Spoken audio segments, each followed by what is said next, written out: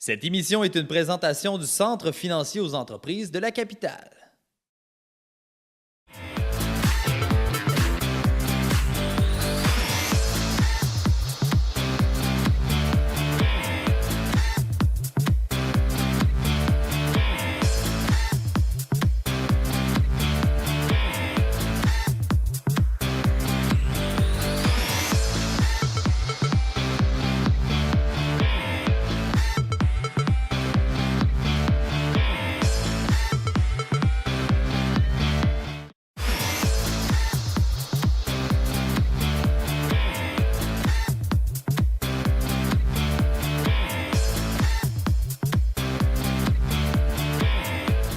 Bonjour, Monsieur l'abbé. Oui, bonjour. Ça va bien? Très bien, merci. Vous? Oui? Ben oui. Bon. Écoutez, Monsieur l'abbé, j'aimerais ça qu'on parle de votre bagage et surtout de votre ancienne vie. Mon ancienne vie, mon Dieu Seigneur, ça nous remène 15 ans en arrière, où j'étais professeur au Cégep de Sainte-Foy en radiologie médicale. Donc, j'ai enseigné dans ce domaine-là. Je me suis occupé aussi de la coordination pédagogique de ce programme-là et j'ai restructuré le programme 10 ans avant le ministère se préoccupe de reviser le programme. Donc, j'ai été assez actif, je pense, au niveau de l'enseignement au Cégep. Mais on parle de l'enseignement, on parle aussi de la fromagerie. Oui, la fromagerie, bien ça, c'était dans un projet de retraite. J'ai pris une retraite quand même relativement jeune. Et là, j'avais des projets en tête. Et la fromagerie, ça a découlé d'un projet que j'avais au départ, d'un centre d'interprétation sur l'habitat rural, où je mettais en relief tous les moyens de subsistance du début de la colonie, dont le fromage de l'île d'Orléans. Donc, ce projet-là n'a pas été mis à terme, en fin de compte, ce qui fait que j'ai revisé ma position pour prendre un élément de cet ensemble-là, qui était les fromages de l'île d'Orléans. Mais construire la première fromagerie, ça a été un défi. C'est encore un défi. C'est encore un défi. Pouvez-vous nous en parler de ce projet-là? C'est quand même un projet d'envergure, là. Oui, c'est un projet que j'ai pu concrétiser suite aussi à des échanges que j'ai eus sur le perron de l'Église avec Jacques Boulet, qui s'est associé au projet dès le début et qui a participé activement au début de la formation de la fromagerie. Et parce que c'était quand même intéressant, parce que M. Goulet il avait supervisé un travail de recherche d'Hélène Thiboutot, qui était une de ses étudiantes, qui avait fait une recherche sur le fromage de l'île d'Orléans. Donc, ça venait complémenter, en fin de compte, la structure qu'on pouvait se donner pour démarrer une fromagerie sur l'île. Êtes-vous seul ici dans votre entreprise? Dans l'entreprise ici, non, mais Jacques Goulet est toujours associé, disons, à l'entreprise, mais je suis en compagnie de mon épouse qui s'occupe de toute l'organisation, si on peut dire, toute la paperasse, là, tout l'aspect administratif, les relations avec les clients, puis aussi développer des marchés. Donc, elle travaille activement à ce niveau-là, puis beaucoup. Puis j'ai aussi mes deux filles. J'en ai une qui travaille au niveau de la production, Noémie, et j'ai Marie-Ève qui s'occupe ici du kiosque de vente. Donc, votre entreprise, c'est une entreprise quand même qui est familiale.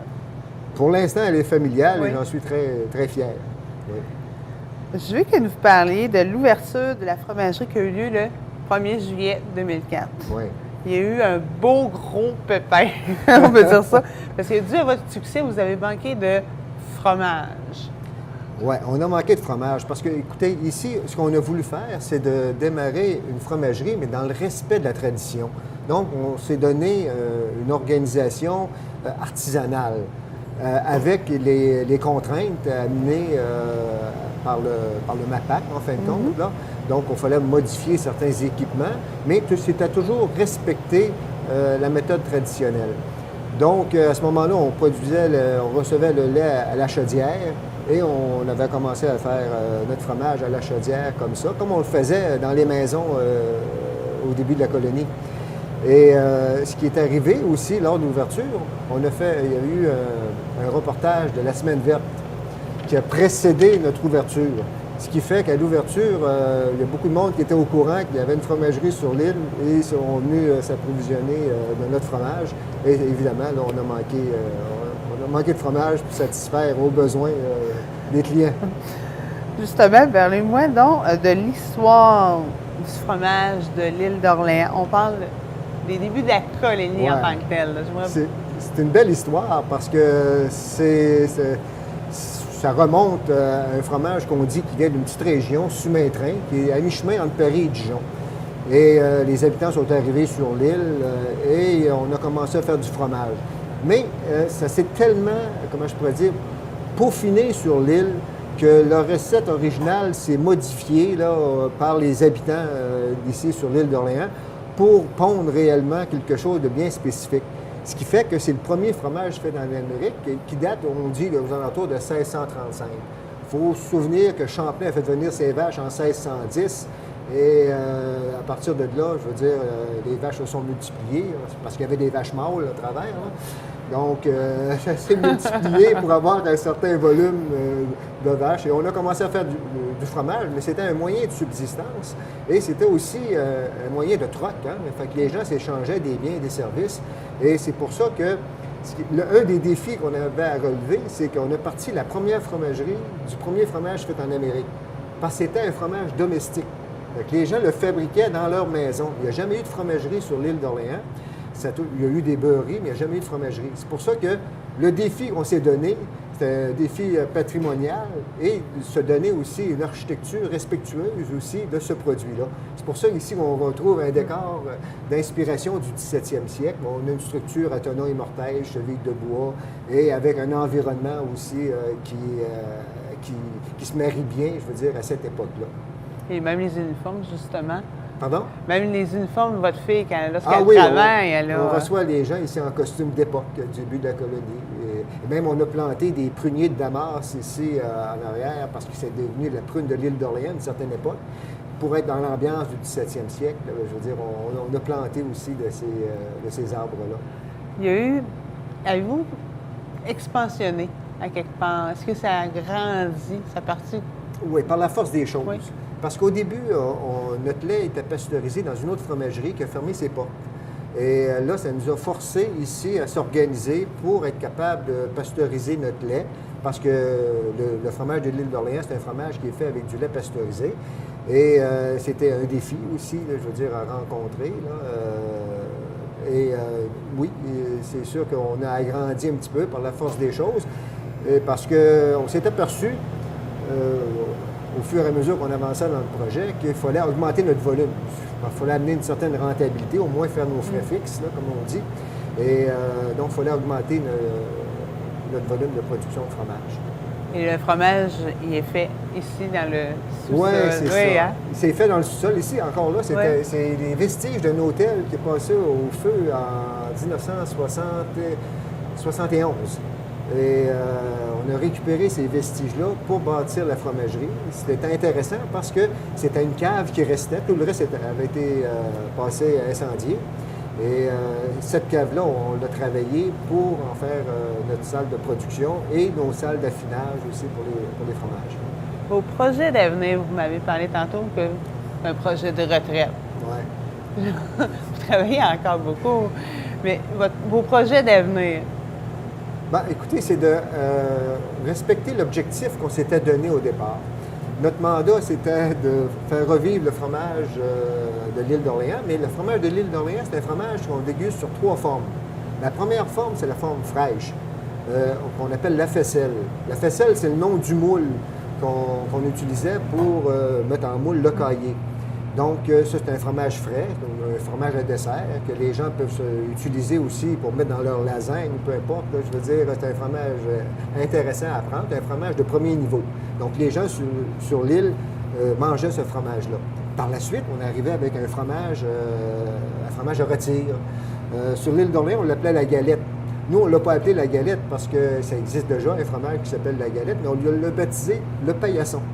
Le paillasson, parce que ça fait référence aux recherches qui ont été faites sur ce qui caractérisait le fromage de l'île d'Orléans. Donc, parce que le fromage de l'île d'Orléans, c'est un produit du terroir. Hein? C'est juste à l'île, en réalité, qui va se faire et se goûter de cette façon-là, parce que c'est l'environnement qui l'a défini. Parce que le fameux paillasson, c'était des roseaux cueillis du côté nord de l'île, qu'on allait couper pour tracer un petit tapis de jonc qu'on baptisait le paillasson et sur lequel on déposait le fromage pour le faire égoutter et le faire sécher. Donc nous, comment je pourrais dire, toutes les recherches scientifiques ont porté sur cet élément-là pour trouver ce qui caractérisait le fromage. Et c'est là qu'on a vu qu'il y avait des micro-organismes sur ces joncs-là et qui participaient, disons, à la saveur, si on peut dire, du fromage de l'île d'Orléans. C'est pour ça que, dans le respect des recherches qui ont été faites sur le paillasson, bien, le fait de baptiser notre fromage à rôtir, le paillasson, c'était quand même signifiant pour nous. Vous avez connu des hauts. On a connu des hauts. Et des bas. Je pense que ça fait partie de l'enjeu d'un commerce, en fin de compte. Là. C'est sûr qu'on a eu des difficultés, à un moment donné, de s'approvisionner. Quand la fromagerie a fermé ses portes pour nous alimenter en lait pasteurisé, on a été pris de court. C'est arrivé juste au début de la saison touristique, là, en plus. Donc, là, il fallait se retourner de bord quand même assez rapidement. C'est pour ça ici que la boutique a pris de l'ampleur à ce moment-là, pour être capable de compenser aux pertes, parce qu'on ne produisait pas de fromage à ce moment-là. Donc, c'était de se réorganiser pour être capable de produire notre fromage le plus rapidement possible. Mais rapidement possible, c'est toujours des contraintes, à un moment donné, de permis qui fait que le temps devient très, très long. Ce qu'on pense réaliser dans un temps relativement court, ben, c'est relativement long. Donc, ça fait partie des bas. Et ce qui est intéressant, c'est que les gens aiment notre fromage. Le fromage, le paillasson, c'était le fromage populaire sur l'île d'Orléans. Ça, je vous parlais des 3 niveaux. Ça, c'est le 2e niveau. Donc, les gens aiment ce fromage-là. On le fait rôtir, ils ne font pas. Puis, il est caractéristique, en fait. Donc, un fromage qui prend à peu près 7 jours à être réalisé. Mais la 3e fromage, c'est comme parler de défis, là, des projets, c'est de réaliser le 3e fromage, qui est le fromage affiné. Ça, c'est le fameux fromage qu'on disait qu'il ne goûtait pas ce qu'il sentait. On n'a jamais été capable de le mettre sur le marché à date parce qu'on n'avait pas l'espace suffisant pour pouvoir réaliser ce fromage-là en quantité suffisante pour satisfaire certains volumes de clientèle.